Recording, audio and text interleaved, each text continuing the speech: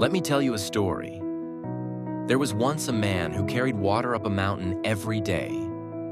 Not because there wasn't an easier way, but because he wanted his mind to move only in one direction, forward. He knew something most people don't. Discipline is not about controlling the world. It's about mastering yourself. In a time like this, where everything is loud, urgent, instant, the strongest man is not the fastest. He's the one who can sit still, resist the scroll, ignore the noise, and focus on what actually matters.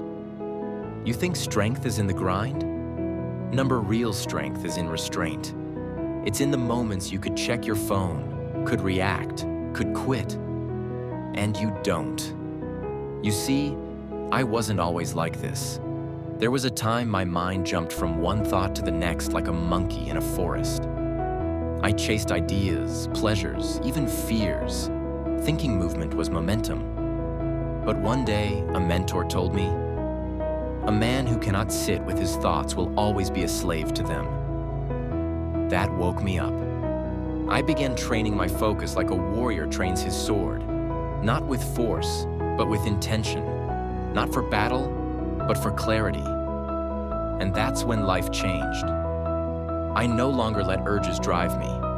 I chose when to act, when to speak, when to listen.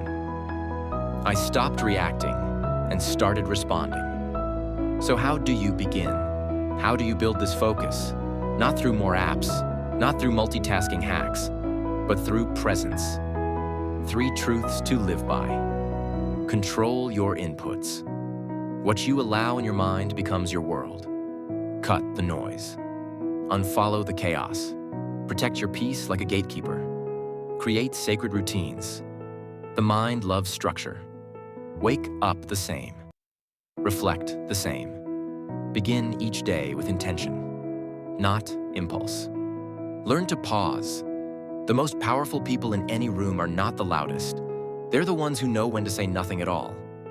Self-control isn't about restriction. It's about freedom. Focus isn't about doing one thing. It's about doing the right thing. And here's what most people miss. You will never find your purpose if you can't focus long enough to hear it speak. The world is fighting for your attention. But your life, your legacy, depends on who wins that battle. So I ask you, who's in control? The algorithm, the urgency, the craving, or you? You don't need to be perfect. You need to be aware. Each moment you choose presence, you take your power back. So if this message stirred something in you, if you're ready to stop living scattered and start living sharp, then don't just watch.